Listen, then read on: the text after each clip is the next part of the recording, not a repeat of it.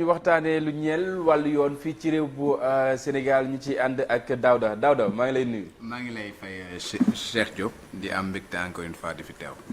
jërëjëf tey daañu waxtaanee wàllu yoon tey lan muy gën a fës ci li ñuy waxtaanee mu mel ni wàllu égalité institutionnelle Chérif actuel ak itam conseil constitutionnel. waaw ci conseil constitutionnel la ñu wax ku ne xam na ni fan yi ñu ngi au devant de l' actualité muy conseil constitutionnel li ko waral mooy loi bi ñu fi voté bu ki dem ci assemblée nationale mu modifié code pénal ak code de procédure pénale dafa am groupe bu député yu demoon ngir rek attaqué ko ci conseil constitutionnel ci jamono jinne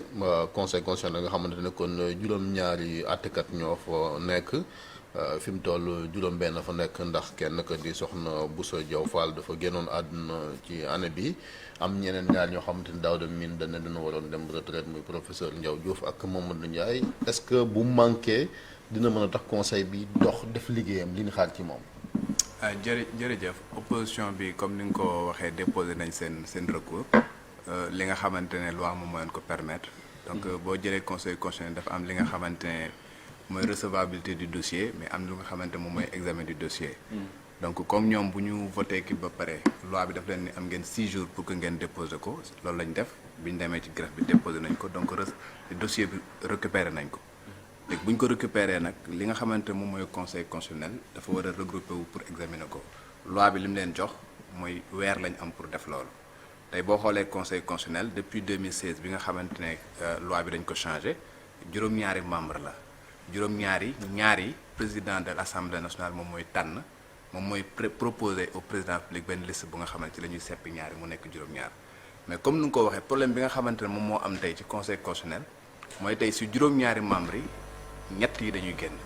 ñett yi sa jàpp nañ ni fi mu toll nii génn nañ. génn nañ mooy lan comme nu nga ko waxee Bousso Diaw Fall magistrate la mi ngi génn àdduna depuis janvier ba léegi ça fait 7 mois donc dañ ko war a remplacer. tey jii boo jëlee ki ñuy wax Ndiaw Diouf nga xamante ne moom moo nekkoon moom moo remplacé woon Isaac Yacoub Ndiaye depuis le 26 juin 2015 lañ ko fa nommé woon. te loi bi dafa wax ne ñoom mandat bu 6 ans lañ am non renouvelable 6 ans non renouvelable. tey boo jëlee Mandiogu Ndiaye bi nga xamante ne moom moo nekkoon CREI également moom tamit le 26 juin. 2015 lañ ko fa nommé woon tey boo jëlee 2015 am na ñett ñu nga xamante conseil constitutionnel ñoom ñoo bokkoon même kii muy tey ki nga xamante ne moom mooy président bi muy Pape Oumar Sakho ci lañ ko fa nommé woon jëloon Ndiaw Diouf également nommé ko fa jël ki nga xamante ne moom mooy Mandiogu Ndiaye également nommé ko mu nekkoon ñett mais ñaar ñi ñooy génn li tax parce que ki nga xamante ne moom mooy Pape Oumar Sakho dafa ñëwoon pour jeexal mandat bi nga xamante ne moo nekkoon Cheikh Diane Diakhaté bi nga xam ne dafa génnoon àdduna. te comme loi bi daf ne bu fekkee ne da nga ñëw pour yeggale mandat kenn ko xamante ne dafa am indisponible dafa génn àdduna. boo ko yeggalee pare am nga droit nga amaat beneen mandat pour 6 ans. donc depuis 2018 moom bi ñu ko jëlaatee nommé waat ko foofu léegi foofu la mandat 3 ans 6 ans commencé waat ñetti at la ci def mu dese ko ñetti at. donc tey jii nag li nga xamante moom mooy problème bi mooy est-ce que conseil constitutionnel mën na valablement. délibéré conformément à la loi moom mooy question bu ñuy posé wu. mais tey boo jëlee par exemple les dispositions de l' article 23 jëlal kii bi rek nu mu tuddati loi bi nga xamante ne moom mooy régir conseil constitutionnel. article 23 bi daf ne conseil constitutionnel pour que mu délibéré il faut que tous ses membres soient présents. benn exception la ci def sauf su fekkee ni dafa am ñu nga xamante ne ci membre dañu am indisponibilité temporaire te ñooñu noonu mënuñu ëpp ñett maanaam. tey jii comme 7 lañ ñett ñi mën nañu am indisponibilité temporaire mooy kii dafa feebar dem faju ji wala kii dafa dem mission wala dafa demander autorisation pour absenté wu. bu boobaa bu ñu ñett ñi mën nañ leen libérer bu ko defee ñeent ñi dañuy valablement mën a statuer léegi foofu nag ñu ne bu fekkee ni dem nañ ba nga xam war a délibérer xam nga 4 lañ. mën nañ neutraliser woonte ñaar ñi voté pour ñaar ñi voté contre. en ce moment-là la voix du président devient prépondérante donc président conseil constitutionnel comme votel kooku moom mooy jàll loolu la loi bi wax mais loolu indisponibilité temporaire la ñu wax te indisponibilité temporaire boobu également boo demaatee nga xool article 5 bi daf ne indisponibilité temporaire boobu bu waree dépasser 2 mois 60 jours dañu war a changer nit ki nga xamante moo nekk ci indisponibilité boobu tey ji nekkuñu ci indisponibilité temporaire ñu ngi ci indisponibilité totale parce que génn àdduna mënutu ñëwati ka nga xamante ne def na 6 ans te mënuñu renouveler mandat également par ne il faut que ñu changer ko donc ce qui fait que au moment où je te parle il faut impérativement président de la République mu remplacer ñett yooyu pour que conseil constitutionnel mën a fonctionner. Est-ce qu'on peut parler de blocage enchaînement bi laa est-ce qu'on peut parler de blocage de l'institution actuellement alors? Non, fi mu toll nii su fekkee ne véritablement dañu interpréter rek des dispositions de la loi conseil constitutionnel dafa bloqué mënatul def dara parce que mënuloo yow nga xamante ne yaay war a saytu loi ba pare war a violer la loi loolu c'est inconcevable parce que tey ji bu fekkee ne yow yaay saytu ndax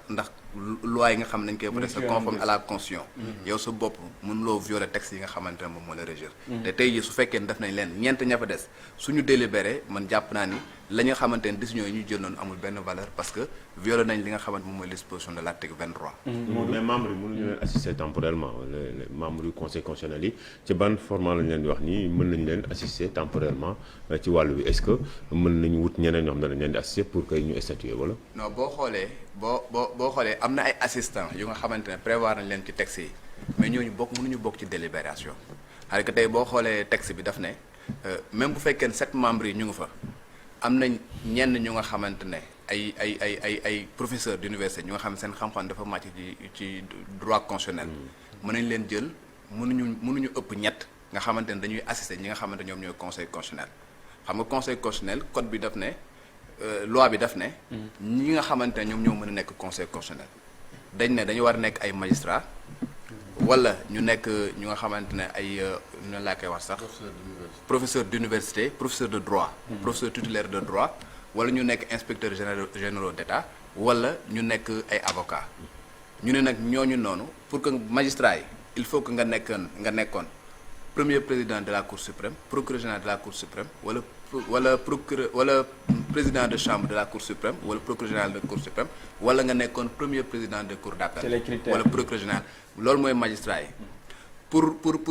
professeurs yi il faut nga nekk professeur titulaire de droit pour que nga mën nekk conseil constitutionnel wala nga nekk inspecteur général d'État wala nga nekk avocat mais ñooñu ñëpp nag il faut que nga am 20 ans ci fonction publique wala nga am 20 ans ci métier bi nga xamante moom nga xam boo jëlee avocat profession libérale la donc il faut nga am 20 ans ci sa métier pour que nga mën a nekk conseil constitutionnel donc nag ñooñu noonu mooy membre yi mais après loi bi daf ne même bu fekkee ne 7 membres yooyu regroupé wu nañ dans le cadre de leur mission mun nga jël ay professeurs d'université ñu nga xamante ne mat nañ ci ñett loolu président moom moo koy choisir pas président de la République mais président conseil constitutionnel moom mooy copte ñetti nit ñooñu leen dans le cadre de notre travail il faut ngeen ñëw ngeen jàppale ci mbir mi par exemple ñooñu noonu mën na leen mais ñooñu mënuñu bokk ci délibéré ñooñu rek ils sont venus comme assistants ñoo xam ne leen di jàppale ci nu ñuy binde texte yi ci recherche yeeg nangam ak nangam mais bu ñu demee boo délibéré article 23 daf ne seuls les membres du conseil constitutionnel muy les 7 membres les 7 sages ñoom ñoo mun délibéré valablement ci ñoom sax gis nañ ci comme ni nga waxee ay professeur université yu mag Ndiaw Diop wax nga ko nekkoon na fi doyen fac droit ak professeur Seydou Nourou Tall léegi situation baa ngi dem gis nañ ne wax nga ko sànq réforme 2016 ci constitution bi ci leen yokk membre jëlee leen 5 yóbbu leen kii muy institution boo xam chaque fois aussi nit ñi dañ naan problème day am surtout élection rek lañ koy xalaat alors que ñoom ñu ngi fi def liggéey bu am solo du rek c'est vrai que ñoom it même jeu politique pour réguler ko seen rôle la conseil constitutionnel waaw parce que waaw c'est vrai que xam nga élection dafa bëri jeexi jaaxa dafa bëri coow waaw tey boo jëlee conseil constitutionnel pratiquement ñoom ñaari mission la ñu am dañu am mission constitutionnelle dañu am mission électorale mais mission électorale bi moo ci gën a fës parce que mission électorale bi moom mooy bu fekkee ne par exemple ñoom ñooy recueillir les candidatures ñoom ñooy statuer ñoom ñooy publier la liste et que ñoom également ñoom ñooy proclamer les résultats définitifs boo jëlee yeneen élections yi également bu fekkee ne am na contentieux comme nekk élection présidentielle comme nekk élection législative comme nekk élection locale bu amee contentieux électoral moom mooy nekk le juge des élections ñoom ñooy statuer sur les recours après finalement ñu statuer et publier la liste loolu moo tax nag foofu noonu comme politique dafa bëri coow yu ci bëri coow loolu lañ leen di dégg mais conseil constitutionnel dafa am mission bu nga xamante ne tous les jours la à chaque fois assemblée nationale ñu voté ay lois à chaque fois président de la République ci boppam mën na ko consulter avant mu jël benn décision avis consultatif ça se passe tous les jours bu nga xamante ni du ma ko yëg kii du ko yëg kenn du ko yëg tous les jours président bind assemblée nationale ñoo ne ko man damaa bëgg a jël telle décision xoolal leen ma ndax c'est conforme à la loi ñu dem xool ko daal def avis daal di ko koy jox entre ñoom lay doon donc ça c'est un travail quotidien tey jii bu fekkee na war a jël engagement international dañ leen di xool ndax effectivement c'est conforme à la constitution tey bu fekkee ne da nga ñëw nga ne da ngay voter benn loi assemblée nationale également di nga xool si c'est conforme à la constitution même bu fekkee ne da nga war a jël décret wala nga jël arrêté mu nekk un truc de réglementaire da ngay xool légal également si c'est conforme à la loi et si c'est conforme à la constitution donc ça c'est un travail au quotidien bu nga xamante ne conseil constitutionnel da koy def te pourtant du jëm ci kaw kenn du ko yëg li nga xamante ne chaque fois moom la ñuy gis mooy les contentieux électoraux alors que loolu élection xam nga ne c'est pas tous les jours moo ci gën a ndaw te élection présidentielle c'est tous les 5 ans législative également c'est tous les 5 ans et puis local également c'est tous les 5 ans voilà 6 ans voilà luy 6 ans léegi Daouda est-ce que ñettam ñoom ci seen bopp seen liggéey comme ni ko askan wi ñu bëri di gisee élection kese lañ leen dégg ndax amul leneen loo xamante ni war nañ ko mën a def ba liggéey bi nga xam ne ñu ngi koy def ci xarañteef gën a leer ci bopp askan wi. man jàpp naa ni ñi nga xamante ne dañ leen fay choisir dafa nekk ñu nga xamante ne ñu xarañ lañ. li indi jeexi jaaxa chaque fois mooy ñëpp ñi nga xamante ñoom ñoo fa nekk président moom leen choisir par décret. loolu moo indi jeexi jaaxa. bon même si bi yaakaar naa ne warul indi benn jeexi jaaxa. parce que jey boo jëlee la constitution def ne le président de la République nomme à tous les postes civils et militaires. constitution moo ko may président. donc mënuma comprendre que par exemple que ñu ne léegi conseil constitutionnel 7 sages lañ. ñëpp président moo indi choisir par décret comme nu muy choisir ñeneen. que mu mën a indi jeexi jaaxa jàpp naa ne ña fa nekk. c'est déjà yi nga xam ne ñu xëy na parce que professeur tutélaire de droit par exemple boo jëlee Isaac Yacoub Ndiaye. nekkoon na ko. Isaac Yacoub man je le connais très bien il a été mon professeur de droit des obligations. Ndiaw Diouf nekkoon na sama professeur de procédure pénale. voilà donc nekk na ñu nga xam Mandiogu Ndiaye magistrat de haut rang la nekkoon na CREI Bousso Diaw bi nga xamante moom moo génn àdduna ni magistrat la également de haut rang moom moo nekk la première femme agrégée fii ci Sénégal donc dafa nekk ñu nga xamante ne seen xam-xam dafa màcc et je pense pas wax dëgg fa yàlla ak seen expertise du président de la République Macky Sall wala keneen moom mooy ñëw di wañ seen loxo pour que ñu def un certain nombre de choses suspicion nag dafay am ci réew que ñu ne waaye ñii dañ leen a choisir et par conséquent ñoom ñooy nekk les yeux du pouvoir et que pouvoir fu ñu bëgg ñu kii ko affaire genre et que ñoom seen liggéey dafa nekk liggéey bu nga xamante ne liggéey bu ingrat la pourquoi je le dis parce que dañ ne les secrets de la délibération nan laa koy wax sax les délibérations dañu war a nekk lu nga xamante ne lu secret avec que loo mën a teg seen kaw ñoom amuñu droit génn ñëw ne lii moom moo tax ñu valider nangam wala lii moo tax ñu invalider nangam amuñu droit bi waaw donc ce qui fait que mën nga teg seen kaw lu nekk mais amuñu sañ-sañu génn rectifier wala mu ñu def quoi que ce soit loolu nag ni ko miin waxee on l'a vécu en 2012 ak ñoom ndem si yàlla Cheikh Tidiane Diakhaté lu nekk wax na leen ko ba ay menaces de mort on a vu ak Malick Noël Seck ba gars yóbbu ko fi kaso sax di leen menacer de mort à l'époque ñi tey nekk au pouvoir ñoom ñoo nekkoon ci opposition bi doon leen ŋaaj alors que bin gis nga ko comme ni ko waxee seen liggéey leen def léegi bu ñëwee nag ci fond bi ak li opposition bi saisine bi mu saisine est-ce que am nañ chance aboutir étant donné que ñoom beneen loi bi day jalgati constitution ak tegul ci yoon. waaw man de bon c'est vrai que def nañ recours je fais pas partie des 7 sages donc conseil constitutionnel en dernier ressort moom mooy décider.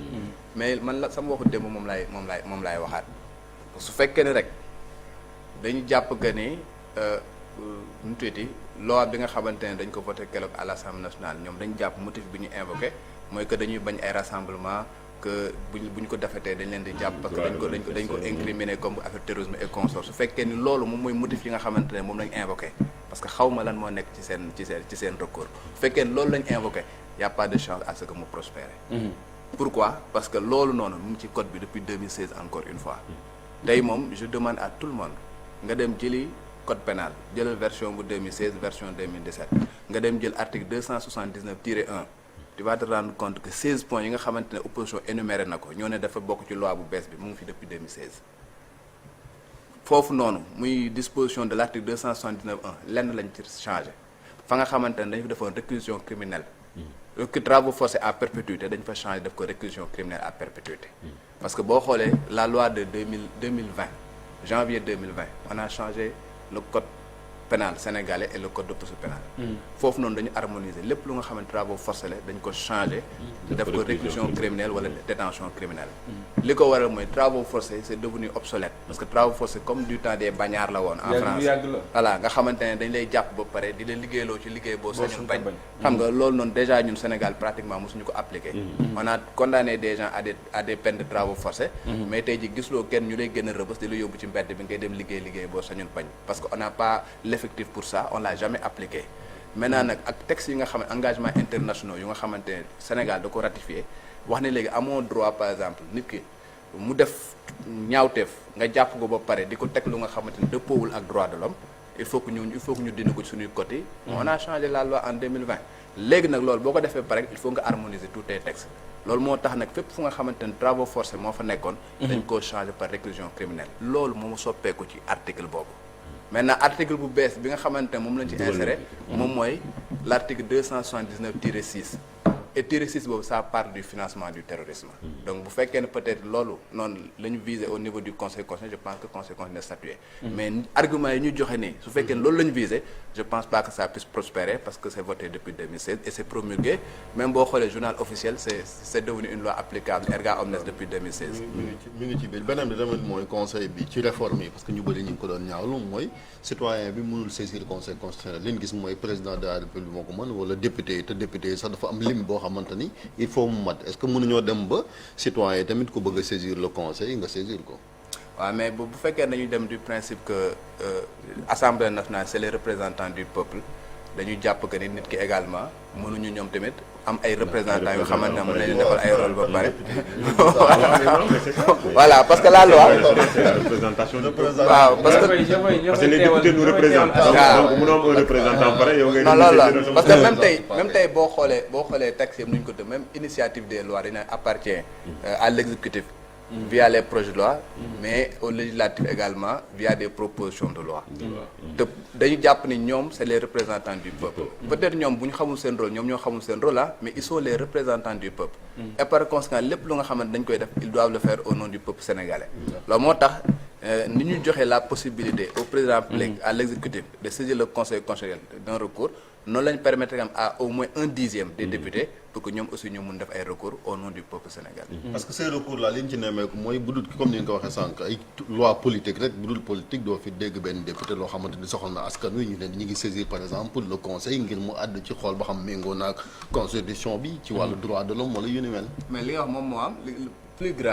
grave tey yi recours ngay wax mais tey même boo demee par exemple. loi yi nga xamante ne dañ koy voté à l'Assemblée ñaata proposition de loi gis ñu koy voté ay projet de loi rek ngay gis muy jàll tu verras jamais une proposition de loi alors que les députés ils ont la possibilité ñoom seen bopp ñu xool ne askan bi lii lañ soxla ñu def ay proposition de loi mais ils ne font pas de proposition de loi y a que des projets ce qui n'est pas normal parce que bu fekkee nañ def seen rôle de représentant du peuple ils doivent ñoom seen bopp xool askan bi li nekk seen problème xam nga ñoom ñu dem regroupé wu bu ñu nekkee 1/10 ñu dem daal def benn proposition de loi ñëw ne par exemple tey jii gis nañu accident yi am na il faut que ñu def permis à point il y a quelqu'un qui l'a fait soirée bu Rufisque daal def proposition de loi mais ba tey jii kenn jàppalewu ko affaire bi jàllul la la am 1 an ba léegi loi ba tey jii jàllul mi ngi si tiroir yi ba tey jii Aliou Soirée ba léegi jàllul mi ngi si tiroir yi 2012 ba léegi benn proposition de loi laa fi dégg te boobu aussi c'était politique mooy bi ñu jëlee groupe parlementaire ba lim ba di ko jëlee 10 députés di ko yóbbu 16 je pense. waaw c'était on s'en loolu sax ginnaaw daal ñoo fa boo gisee seen politique da ngay ñëw ñu doog waxtaan ko seen biir parti yi bon au lieu que ñu bàyyi président pour que mu def ko projet de loi ñu bàyyi benn groupe parlementaire porté ko mu nekk proposition de loi yooyu la ginnaaw ñoom ñoo toogal askan wi ca pencum ndaw réew ma war nañ mën a xool askan wi li ñuy soxla ak itam yenn ci ay loi yoo xamante nii day njort nañ ne voilà bu ñu ko proposé dina gënal askan wi ñu koy daal di proposé ñu di la jaajëfal bu baax a baax maa ngi leen di gërëm di leen sant di am yaakaar que ne li ñu fi wax jariñ na askan bi et puis di leen jox rendez-vous lundi prochain incha allah lundi prochain jariñ askan wi moom mooy solo li nga xam ne moom moo di wile émission altine bu yàlla sàkk ñu ci ànd ak moom ñuy waxtaanee lépp lu ñeel wàllu yoon fii ci réew bu Sénégal moom Daouda Mine ñu koy jaajëfal bu baax a baax waaye itam dañuy wëyal sànq maa ngi leen doon wax rek ne daañu dalal ki nga xam ne nag moom moo di Mouhamadou Moustapha Diagne directeur de la formation et de la communication du ministère de l'éducation nationale ngir rek ñu amal pàcc bu yaa ci li nga xam ne nag moom moo di wile jotaay ginnaaw